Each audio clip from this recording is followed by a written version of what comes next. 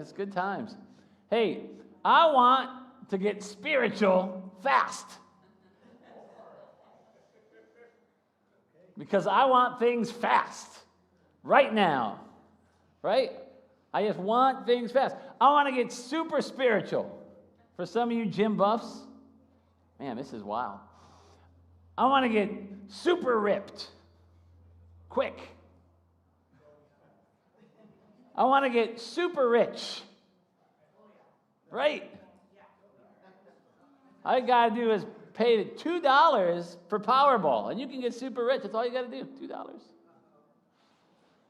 I want to get super loving really quick.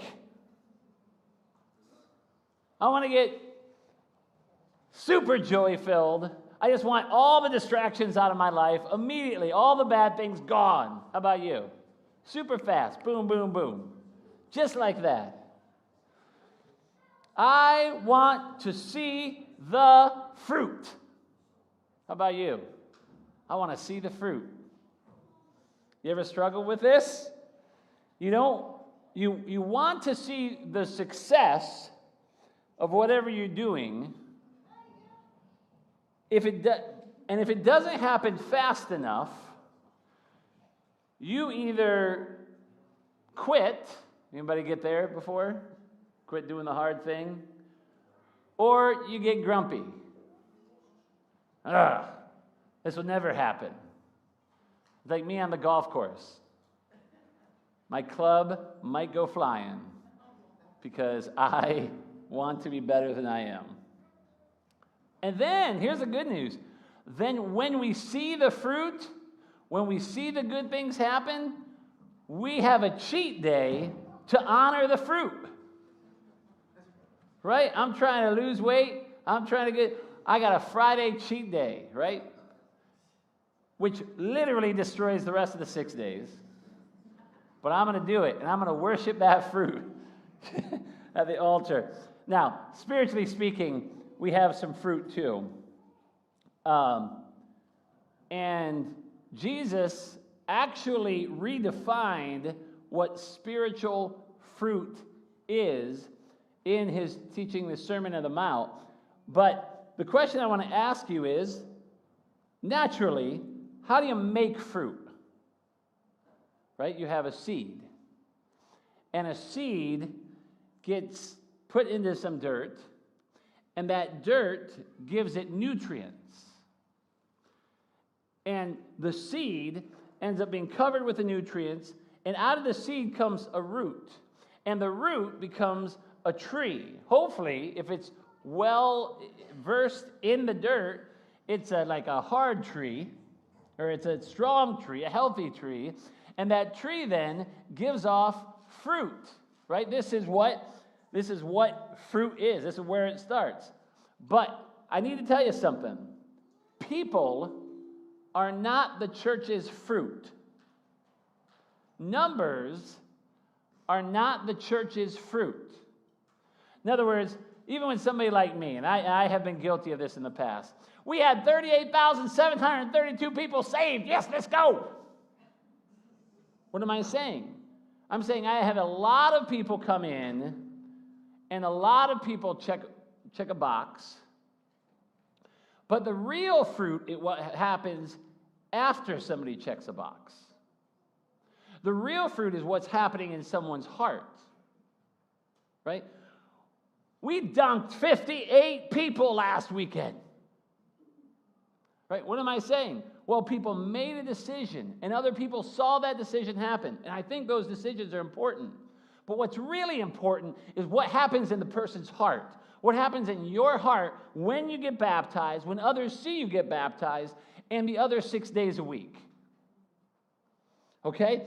So, here's the bad news. I'm going to start with the bad news. We're going to turn to the good news. The bad news is the seeds of the kingdom turn into fruit that goes away here on earth. Let me ask you a question. You have that banana.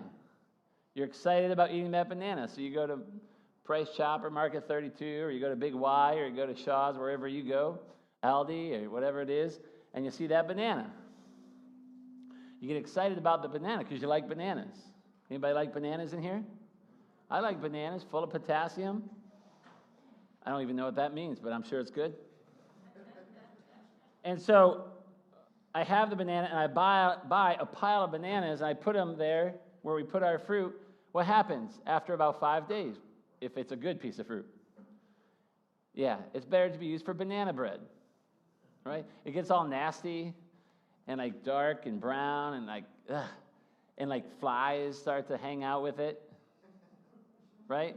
You're like, yeah, that's disgusting. I mean, right, even today, I could eat an apple right here in front of you, and I could put it here, and by the end of my time here, which is just going to be a couple hours, by the end of my time here, it's gonna be not that pleasant original look of the apple, right? It's going to look a little aged. So, seeds of the kingdom turn into fruit that goes away here on earth. But fruit is not meant to keep for a long period of time, naturally, here on earth. It's not meant to keep. It happens, fruit happens, and then it's gone. Now, the good news is Jesus addresses this idea of fruit. At the end of the Sermon on the Mount, we're going to look at this. He gives his most famous sermon. It's in our vernacular. It's they wrote down three chapters, Matthew 5 through 7. We're going to look at Matthew 7. At the end of the chapters, at the end of the sermon, he gives 3 warnings. We're going to look at one of these warnings. It's in verse 15 of Matthew chapter 7. And here's what he says. He says, beware, pay attention to, beware of false prophets.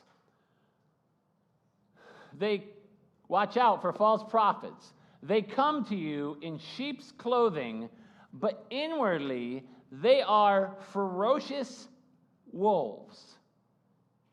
Okay? Now, back before Jesus' time, a false prophet was someone in the Old Testament who said this is going to happen, and it doesn't happen. Okay? Jesus is about to redefine what a false prophet is, and it undermines the entire system that is the Old Testament. It's part of the new covenant that gets just only, I think, too little press. Like, this is big time. What he's about to say here, we take it for granted. We take this for granted, but this is actually turning prophecy on its head, okay? They are ferocious wolves. Now, here's what he says. By their fruit, you will recognize them. Do people pick grapes from thorn bushes or figs from thistles?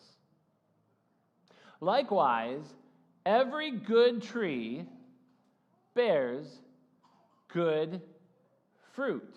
Now, that first good is a word that is, see if I get this right, agathos. And it means essentially pleasant or generous. Agathos. So every pleasant or generous tree bears, but it's a different word. The second good is a different word in Greek, and that second word is kalos. I said os, I meant os. Kalos. And it means good or advantageous. Okay? So in other words, a generous tree, a healthy tree, how do we know a tree is healthy? Probably on the inside, right? Bears good or advantageous fruit. But a bad tree, and that word Jesus uses, is sapros, which means diseased or harmful. Praise God, Holden just got out of our ban. We were banned for some Japanese, Asian beetle bug that infested our trees. They just lifted that. I don't know if you heard that. Celebration, let's go. I don't know what that means in light of this, but essentially, they were afraid that they were going to bring disease and harm to our trees, right? So, a bad tree bears bad, and the second word there is poneros, which means wicked or worthless. Wicked or worthless. So, a bad tree, a diseased tree, a harmful tree bears wicked fruit or worthless fruit. It's wild, right? A good tree cannot bear bad fruit, Jesus says. And a bad tree cannot bear good fruit. Every tree that does not bear good fruit is cut down and thrown into the fire. Makes for a great fire, too. I mean, if you ever had a bonfire. Nobody needs an alive tree and thinks that's going to... But if you get a really dead tree, you know what I mean? Anyways. Summer analogies. Thus, by their fruit, you will recognize them. In other words, this is how you recognize false prophets. This is how you recognize people who say they are into Jesus, but aren't, by their actions. By their fruit. One verse said, or one translation says, so you can identify people by their actions. Now, this comes at the end of this teaching, the Sermon on the Mount, where Jesus is teaching how to respond to lots of different kinds of people. To the poor, to the needy, to the, honestly, to people's families, to family life, to the way you handle your finances and how do you respond to your finances. All sorts of ways. Jesus is teaching, here is how do you respond. Oh, to your enemies? Right? You've heard it said, right? To love your friends, love your neighbor. I say, love your enemies. And we're all going, yeah, Jesus. But here's what happens. We do these things that we're supposed to do, right? Whatever it is. Whatever your goal is, that's a good goal. Right? I'm trying to be nice to other people. Let's just say that, right? I'm trying to help the poor. Right? I'm trying to... And then, we then worship that fruit. Look what I did. Look what we did as a church. Look what we're doing. Right? And we get really, really excited. We end up worshiping numbers, the fruit, instead of worshiping God. There's agreement. I love that. We're trying to worship our fruit and not spread it too. Now, what do we do with this? What do we do with what Jesus said? Because we have to be able to apply these things to our lives. A friend of mine always says the Bible's not for information, it's for transformation, and that only comes through application. We have to apply it to our lives. So, I believe that following Jesus is the right way to go. I think you believe that too. It's not always easy. We don't always agree, but I think it's the right way to go. Okay? So the right response then to being right is to plant seeds of righteousness, not to indulge in its fruit. Here's what I mean. Anybody play sports in here? Some of you may have played sports, or even like watching sports. I don't know about you, But whenever I did well in sports, you know what I didn't do? Like, let's say I made a big basket. You know what I didn't do? I put it in. It goes in. I didn't go,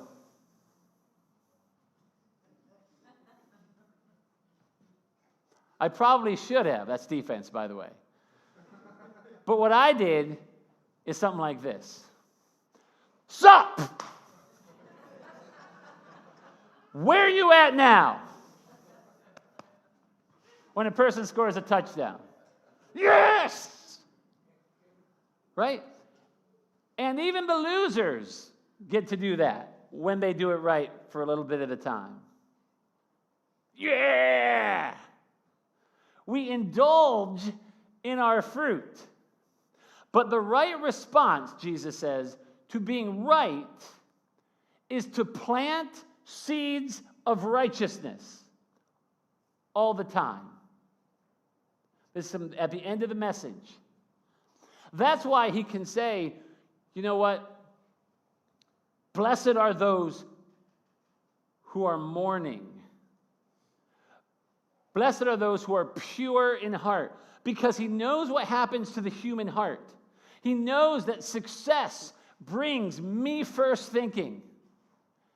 And me first thinking shows up in 100% of our lives. It's not the pastor. It's not the person sitting in the seat. It's not the person serving their community. 100% of us. Well, did you hear the story about those people? Those priests, those pastors, that CEO. Oh, no. It's all of us. And it's us. We have some some heart problems. And Jesus said, you will know by your actions. And so here's what we have to do. We have to plant seeds of righteousness. And you know what that means? That means I got to work on me. I have to be the right kind of tree. You got to work on your heart. This is so hard. I can't, this is why a church really has to be, honestly, not just like Planet Fitness, but like a judgment-free zone. It doesn't mean we can't help correct one another, but it means that ultimately all of us have a tendency to go our own way and do our own thing. Whether or not we are called a pastor, or whether or not we are called a manager, or an employee, or whatever you're called, you have a tendency to indulge in the fruit of whatever you are trying to have happen. And if you're trying to indulge in that fruit and you're sick, it's even worse. Jesus said this. He said, I've come not for the healthy, but for the sick. Good news. There's a really good chance you're sick. You got to celebrate that junk. I'm Marty, and I'm not perfect. Praise God. And the right response then to being right is to plant seeds of righteousness everywhere we can go. Not just once a week here. Everywhere. Well, how do we do that? First of all, you got to get dirty. The seeds don't happen in the air. Maybe they do now with AI or something, I don't know. But generally speaking, in our world, the seeds happen in dirt. And it gets dirty. Right? You're going to have to get dirty. A person who wants to make change, who doesn't want to get dirty, is not going to make change.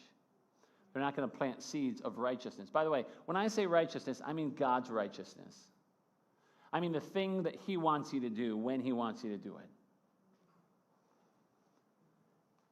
Well, how do I do that? How do I plant seeds of righteousness? Well, first of all, Paul says it this way, pray every day. Pray without ceasing. Right? So we pray. I mean, what do you mean, Marty? Dear God, thank you I thank you. What's up, Liz? How you doing? Thank you, Jim. I mean, that gets awkward. I can pray all the time. God, give me a conversation. God, I'm going to work today. I really hate work. I really hate my boss. I really hate the people around me. I don't want to be there anymore. God, will you help me? God, I need your help to plant seeds of righteousness in a place that honestly is hurting, and it's hurting me. As a result of that hurting, I'm hurting. God, I need your help in this.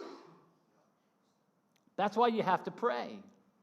You're not going to change things because you want really bad to change things. You start with prayer, right? And it has to be a regular occurrence every day. God, I need you to change me, my heart, and I can see change, God. And then here's the good news. Then you start thinking. You can do some thinking on your own. I know a lot of Christians who don't think. One of them is standing here talking to you. It's awesome. Right?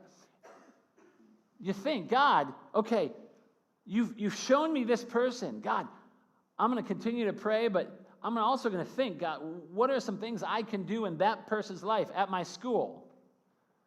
That person, my classmate, they really irritate me.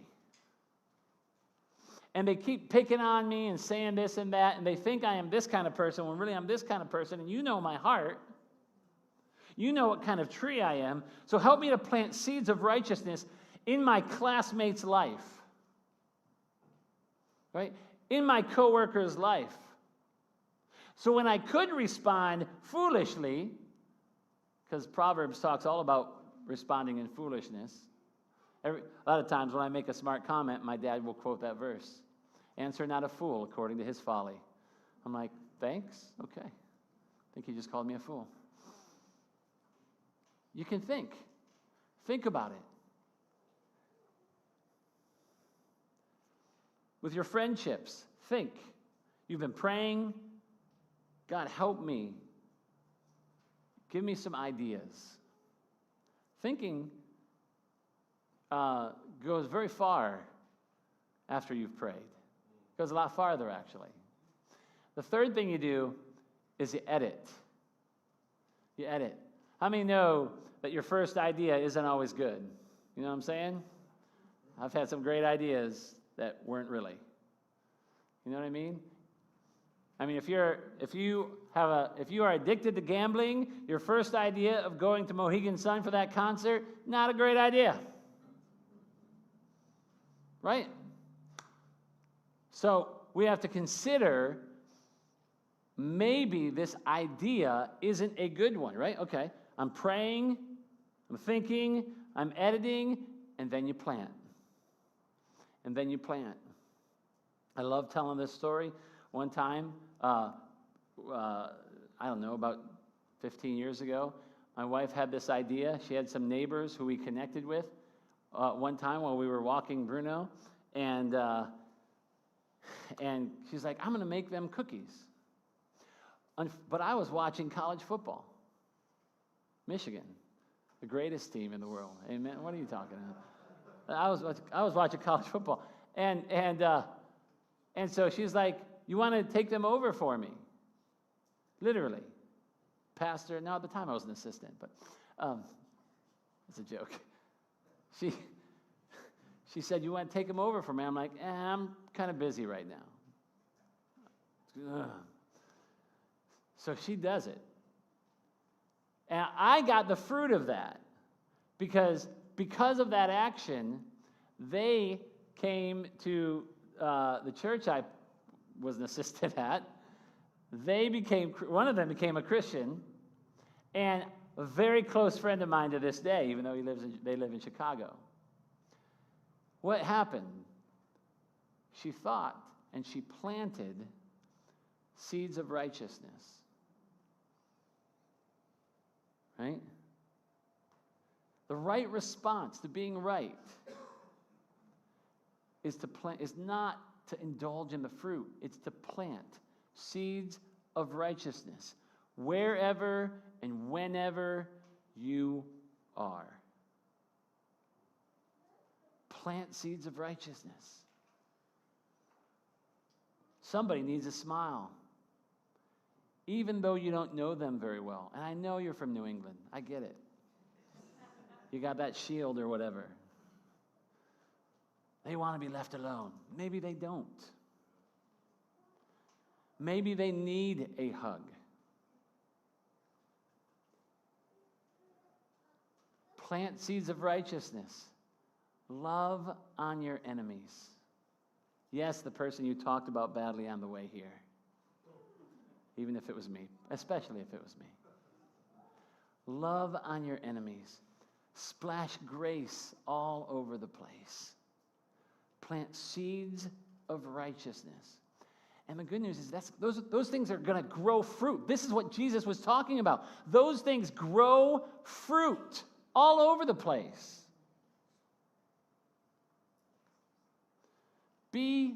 Practice hospitality. Well, I don't really like my house. I don't care about your house. I care about the gospel, the New Testament church actively practice hospitality all the time, all over the place. In their home, out of their home, they loved on people left and right. We're called to do the same. Practice hospitality. Plant seeds of righteousness. Use the gifts that God has given you. I'm not talking about in church, I'm talking about everywhere. Man, He's gifted you. It's so exciting. Woo, come on. And you can plant seeds of the kingdom outside of this place. This is our response as a church. If our response as a church, every time we're looking, is to get people in this room, our response is not going to be very effective. We have to be pushing out to changing the communities that you live in.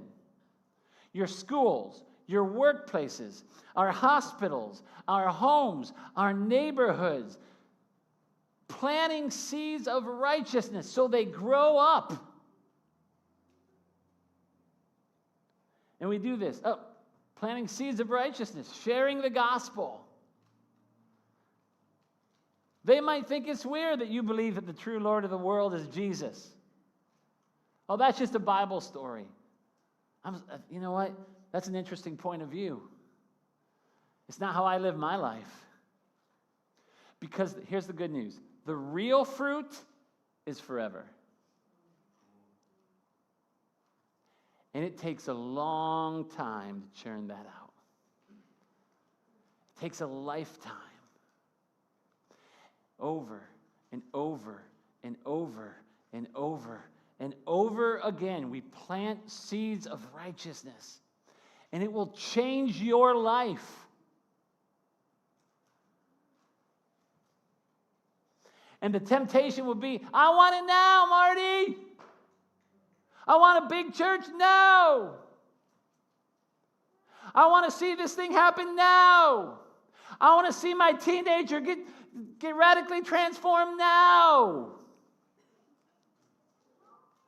I want to see I want to see this thing now. God promised me. He promises. And He allows us to plant seeds. Plant seeds. This week, you have some homework. You ready for this? Once a day, I want you to pray, think, edit, and plant. Once a day. It means you may not leave your home. I hope you will. Maybe you can do it in your home. Pray, think, edit, plant. Once a day, every day this week. I wasn't going to say one time this week. I don't want to let you off the hook. Every day this week, pray, think, edit, plant. Pray, think, edit, plant. Every day. Then, imagine if we get this right, guys, as a church. Imagine if we really nail this as a church. Last week, it was so weird. I tried to not act surprised. It was so weird that our biggest attendance of the summer was on July 4th weekend. It was so wild how crazy it was in here. But somebody said to me afterward, they said, Marty, I turned around and I watched the church talk during the question that you ask all the time. And as I did that, I was like, oh my word, this looks just like heaven. The second time people told me that. Now, here was my response. In my head, I was like, man, we got to systematize this. I didn't say it that way, but we got to copy this and bring this out to the, right? We got to do this. Right. Imagine if we didn't let seeds of the kingdom turn into fruit that we worshiped. Imagine if we just did what we did, planted. Because here's the thing, fruit dies. It goes away. That is not only a biblical principle, that's a scientific principle. There's some more homework. Take that apple, eat it on Monday, see what happens by Friday. Delicious. But as a church, if we could even get this right, we might not do the same things each and every year. Things might change. In fact, I have been thinking about this for a while. And, as many of you know, I love Christmas. And I think that is the way to be. I think if you don't, then Mr. Scrooge will be your neighbor. I don't know. I love Christmas. But every year there's somebody who says, either on Facebook or to me, you know what, Marty? There's a whole month before that we could be celebrating Thanksgiving. And I'm like, yeah, there's not a lot of Thanksgiving songs, so it doesn't really work. So I've been piecing this together in my head, though. What if we as a church pushed hard this November for Thanksgiving gratitude? We didn't even bring up Christmas. We went full throttle in November on Thanksgiving, a whole month. Got radically creative about being grateful. Then I was like, that's a dumb idea. Just kidding. So I started spitting out that idea. And then I told some people, they're like, this is a great idea. And they edited some ideas I had, which I was totally like, what? Those are great ideas. But they weren't. But then some other people gave me other ideas. Dan gave me one I think is so fun. I'm just going to throw this out there right now to keep myself accountable. Our core values of our church are unity and hospitality and generosity. And Dan was like, well, why don't we give an award in November to 3 people in central Worcester County who are going headstrong, crushing it in our community, not in our church, who are doing amazing things in the area of unity and generosity and hospitality. I was like, whoa, that is like a mind-blowing idea. And so we're going to do that in November. We're going to talk about gratefulness. What are we doing really as a church? We're planting seeds of righteousness. As a church, we're doing really what each of us as individuals should be doing each and every day. Planting seeds of righteousness by praying, thinking, please, editing, and then planning.